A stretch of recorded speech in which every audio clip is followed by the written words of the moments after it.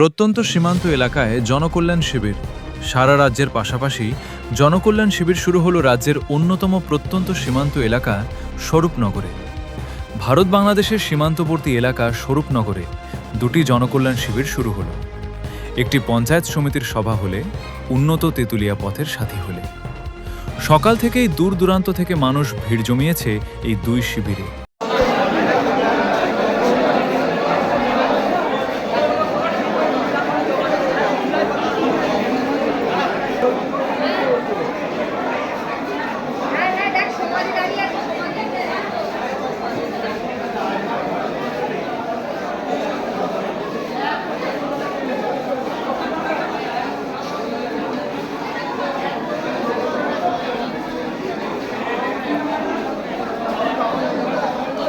আয়ুষ্মান ভারতের জন্য যারা আসছে, যে সমস্ত ব্যক্তি আয়ুষ্মান ভারতের জন্য আসছে